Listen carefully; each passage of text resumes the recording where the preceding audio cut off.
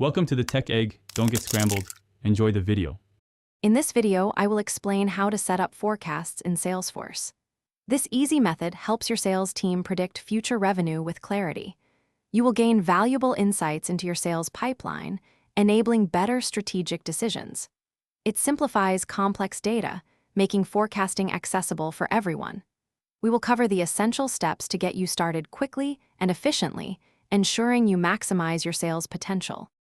Let's dive into the core setup steps. First, enable forecasting within your Salesforce setup menu. Next, define your forecast types. You might choose revenue, quantity, or both.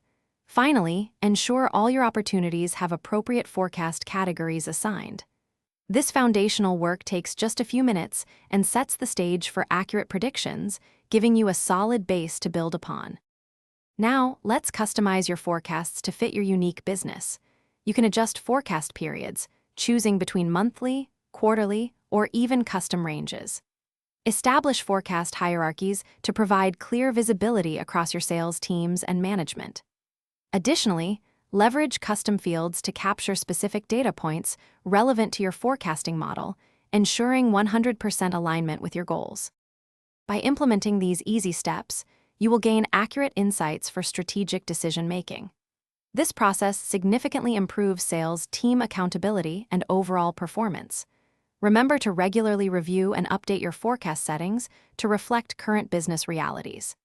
Consistent maintenance ensures your forecasts remain precise and highly valuable, empowering your team to achieve their targets with confidence. Thanks for watching. Consider subscribing if I helped unscramble your problems.